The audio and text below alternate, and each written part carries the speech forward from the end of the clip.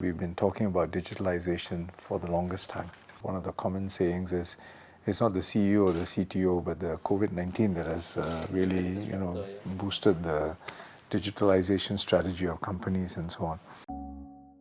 As Singapore pursues its goal of becoming a smart nation, the government has promised that all citizens will be equipped with basic digital access and skills. The Straits Times sat down with Minister for Communications and Information, S. Iswaran, to talk about digital inclusion. I think we probably started off with people thinking of digitalization as a distraction. And then I think it sort of evolved into something that I can think about as a business option. With COVID-19, it has become an imperative, and I would say that we are now moving into not just that it's something that is necessary, but it's now moved into more strategic. People are really thinking about what it can do for me and how can I position myself for the future. If you're a business, it's to understand what are the solutions, what is my need, how do they fit, and how can I adopt them. If you're an individual, what is my, as an individual, it will be, what do I really need to know, why do I need to do this, and how can it help me, and so on. As a worker or as a citizen, living your life. There are different groups who lie at the so-called the digital extremities of our economy and societies. Those whom you may expect to perhaps be the last to adopt the technology and maybe not adopt it at all. These are the hawkers, seniors, low-income families and persons with disabilities. To help them, programs like IMDA's Seniors Go Digital and Home Access for Low-Income Households have been put in place. I think in all of this, the point I would emphasize is not just about identifying the groups and initiating programs.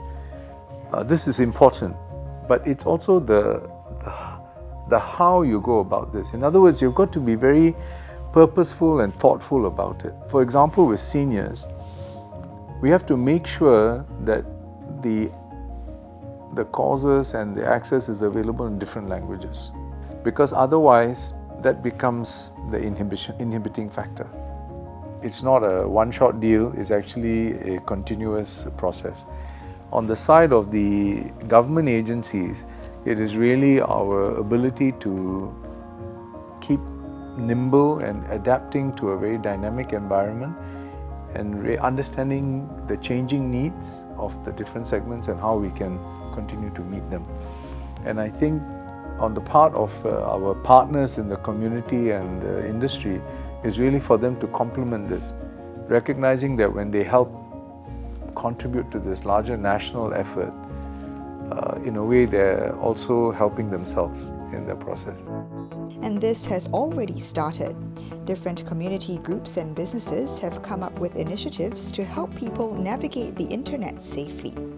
We have made this transition so fast, and necessity is the mother of invention, so everybody has moved. I think the key thing is for us to equally understand that whilst digitalization has many benefits, we also have to be mindful of some of the risks and how we mitigate them. I think we need to make sure that the entire digitalization process is an inclusive one.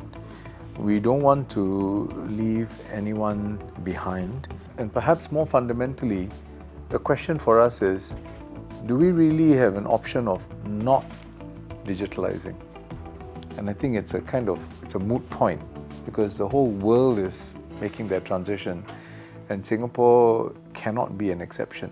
And our goal in advocating the digital transformation of Singapore at the economic and societal level is really to secure the livelihoods and improve the lives of Singaporeans.